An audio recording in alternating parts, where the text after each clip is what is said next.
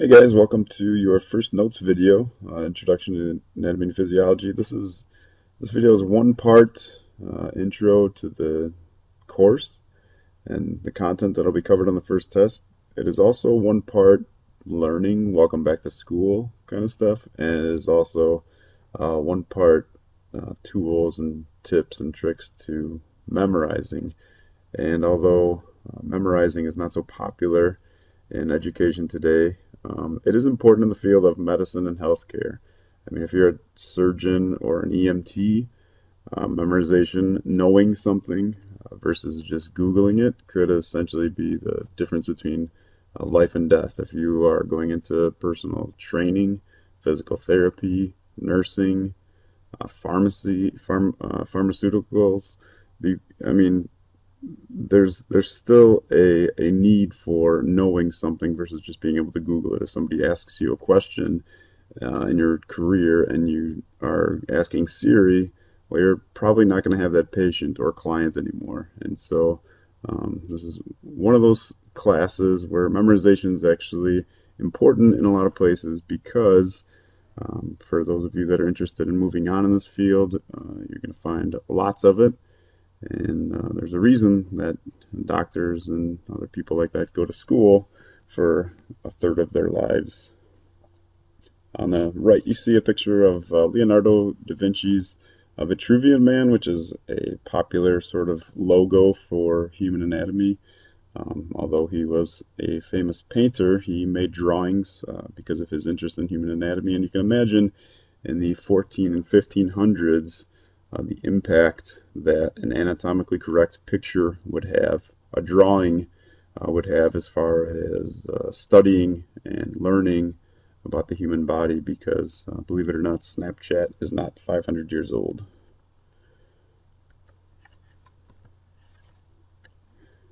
Alright, so here's some really super basics difference between anatomy and physiology, which hopefully you probably have a decent understanding of. Anatomy is simply structure. So, like, what are the bones? What are the names of them?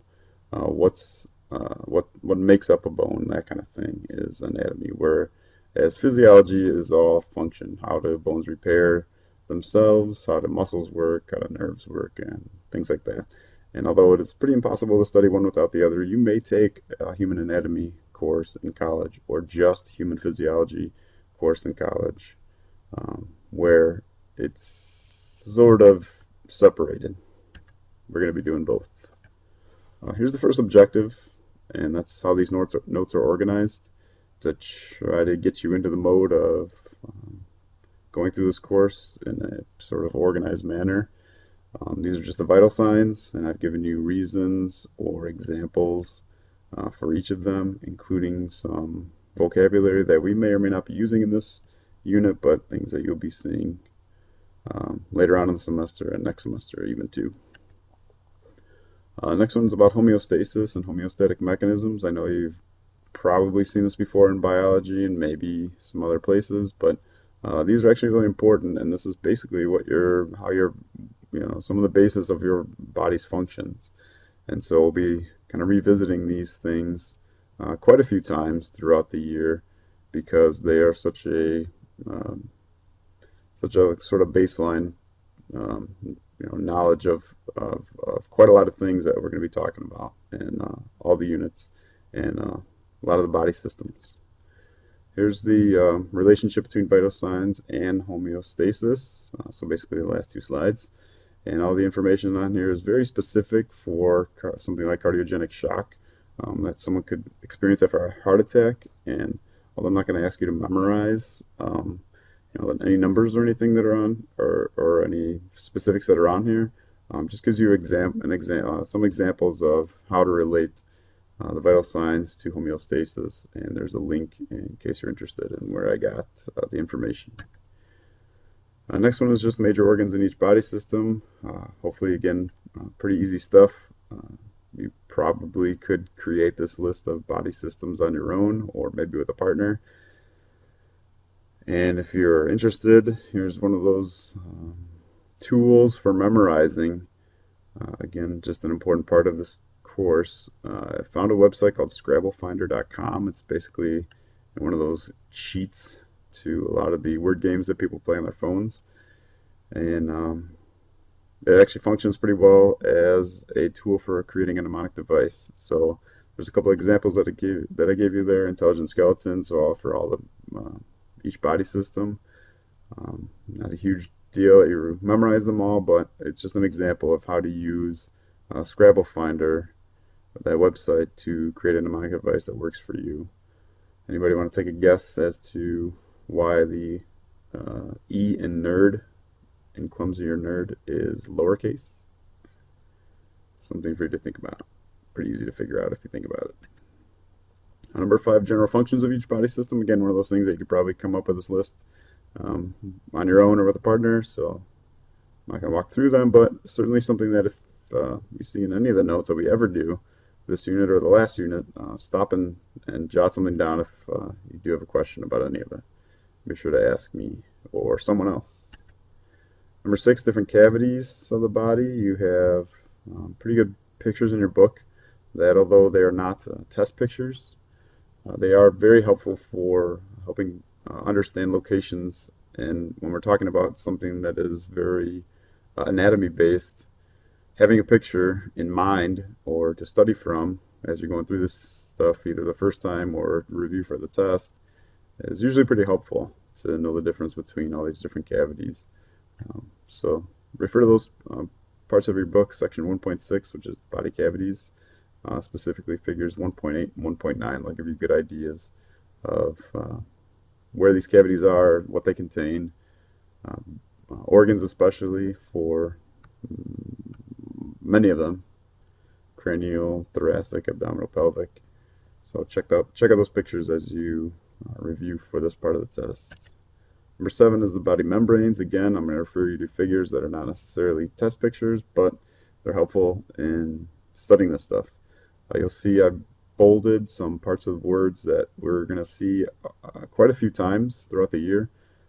Pleura and cardium that refer to the lungs and heart. And so just ways to remember things, because again, the nice part about anatomy and physiology is you'll see things repeat quite a bit, and it's all based in Latin, which is unfortunate because nobody studies Latin. However, that's when a lot of the stuff was developed, when that was a language that was used. So if you ever have a chance to take Latin in college and you are interested in the medical field, I've not taken Latin, but I've heard that it basically opens your eyes to every aspect of language that you never thought was possible. So there's your quick tip of the day. Number 8 is talking about the major terms of anatomical position. These are all in relation to each other. And so the 2 bolded ones and then 2 non-bolded ones, they are alternating. Bolded and non-bolded are paired up together on purpose because you are describing them essentially opposite each other. And so you'll be going through this and doing the activity with this, and this is part of your lab, but there they are, just briefly defined for you, and they're all pretty easy, and there are good pictures in your book and everywhere that will help you. But there you go. Number 9 is talking about the major regions, quadrants, and planes. And again, I'm going to refer you to the 115 in your book. You also have some worksheets that will help you with this stuff, and these will be some pictures on your test. And so when you're studying this stuff, I mean, you're studying it because of the pictures. And so when it's talking about these regions, there's descriptions on here, but more importantly, where are these locations on your body in a picture? And here is the planes of the human body, and they're basically shown as like a plane of glass, like cutting through the body. And so there's a couple good reasons to know these. One of them is because when you look at a picture, either online or in your book or anywhere else in the future for this field of study, they'll usually give you the plane that you're looking at. In other words, if you take that middle picture where they're like chopping through the arm, if you had that view of the arm, cross-section of the arm, in front of you, and you did not know what you were looking at, and you weren't a surgeon or nurse or someone that's looked at that a million times, you probably would have no clue what you were looking at. However, if it told you this is a cross-section of the arm, you're at least going to start to recognize what the heck it is that you're looking at. So these regions or sorry, these planes are important for that. And there's ways to remember them and tricks to remember them that you'll probably figure out a couple of them, and we can go over some together. But something that you should know, because you're going to see it pretty much anytime you look at a picture of anything related to human anatomy. Not a slide in your notes, because labeling Mr. and Mrs. anatomical position down here would be pretty much worthless because it's so small. I just added it so that you can see where I'm telling you to find these pictures, figure 3 and figure 4 on page 1 of the unit packet, where you'll be labeling these things because, as you can imagine, these are places of the body that we will be referring to not only in this unit, but future units. So make sure to have this one labeled in the packet and use this to study from for the test, because this is not the exact picture, but how many times can you look at the front and back of a person and know what you're looking at because you've studied it? So that completes Unit 1 Fields video. Oh wait, where you can find that information, that picture right there, page 1 of the unit packet.